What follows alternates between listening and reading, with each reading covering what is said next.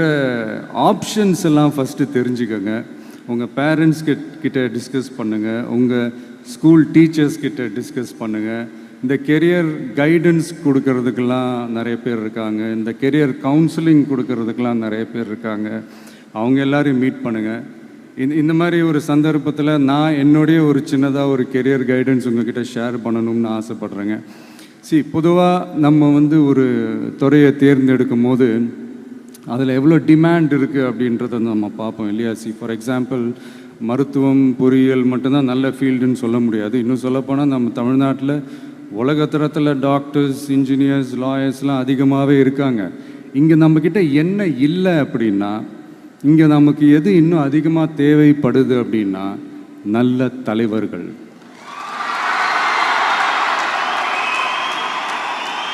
நான் தலைவர்கள்னு சொன்னது வெறும் அரசு